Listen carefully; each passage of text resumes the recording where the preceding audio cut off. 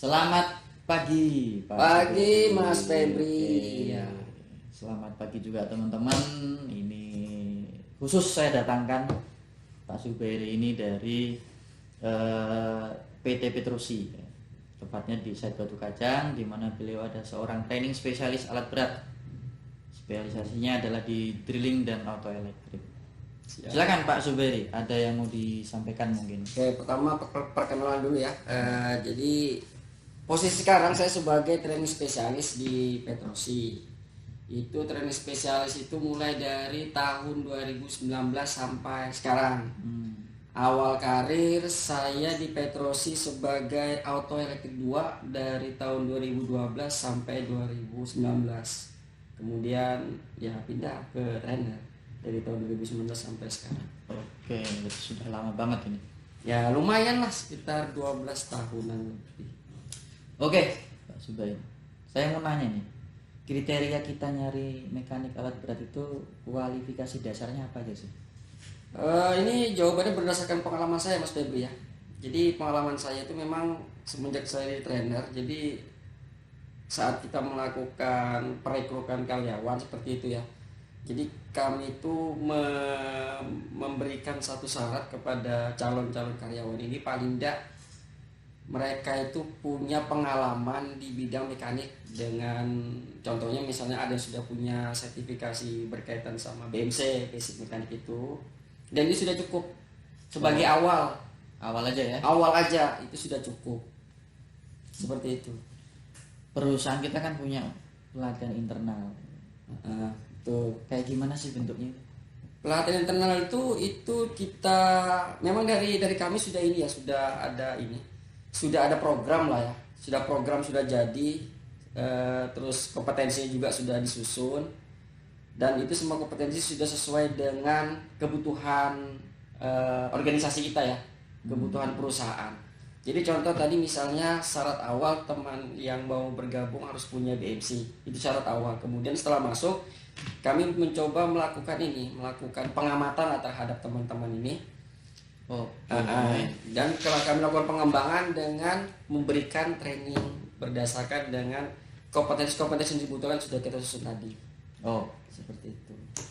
yang dihadapi perusahaan dalam meningkatkan keterampilan dari teman-teman yang tadi. Kendalanya itu ini ya, bervariasi ya Mas Febri ya. Jadi mulai dari perbedaan umur, perbedaan kultur itu, perbedaan dia dari mana, itu suatu tantangan buat kita lah, kami trainer. Karena untuk memberikan mereka motivasi supaya mereka itu bisa berjalan bersama, itu memang banyak kesulitan ya. Karena ya tadi itu, terutama di sini kami di Petrosi Kajang khususnya itu kan itu banyak merekrut orang-orang lokal. Nah, orang-orang lokal ini kan ya ini untuk kerumitannya itu lebih rumit lah untuk memberikan mereka pengajaran motivasi juga. Karena nanti ibarat orang itu ada yang paham cepat, ada yang paham lambat. Seperti itu. Menurut Pak Subairi ini ada namanya pelatihan berbasis kompetensi. Penting Mas, karena nanti untuk memastikan teman-teman itu sudah familiar atau tidak, sudah skill atau tidak, sudah ini ya, sudah ahli atau tidak, itu perlu dilakukan. Iya, Standar ya. standarnya. Jadi sebelum kompetensi belajar itu nanti ada TNA yang tadi. Jadi kami melakukan observasi di lapangan. TNA itu kan training analisis ya, kita analisa kebutuhan training apa, kemudian kita lakukan istilahnya kita bikin kayak plan seperti itu ya, yang berkaitan sama training apa yang diperlukan. Itu nanti lari juga ke CBA tadi. Nah, terus nih lulusan SMK atau vokasi saat ini tuh sudah sesuai belum dengan standar industri? Berdasar pengalaman saya, kalau kita katakan belum sama sekali ya enggak lah ya. Ada, cuman masih ada yang kurang. Iya, jadi memang perlu pelatihan selanjutnya gitulah. Pernah nggak sih kita kerjasama dengan universitas? Saat ini pernah ada. Kami bekerjasama dengan Poltek Balikpapan itu ya. Nah itu ya, jadi kami membuka pintu atau peluang ke mereka untuk melakukan OJT di kami gitu, seperti itu ya. Itu mereka OJT itu kurang lebih 3 bulan. Jadi mereka belajar di sekolah mereka di Poltekba sana, kemudian melakukan praktikal atau pengenalan kondisi aktual di lapangan seperti apa di kami. Oke. Nah, gimana nih menurut Mas Zubairi menilai efektivitas pelatihan terhadap productivity kerja dari seorang mekanik? Oke, jadi kami setelah kami melakukan training ya, setelah kita menganalisa, kemudian kita melakukan training, kemudian keluar dari kelas seperti itu kan, itu kami melakukan pengamatan di lapangan. Apakah ada kemajuan setelah dilakukan training tadi? Seperti itu. Kalau misalnya memang belum ada kemajuan, kita ada lakukan yang namanya mentoring beberapa kali sampai kita melakukan validasi itu menantikan sudah mereka sudah kompeten seperti itu.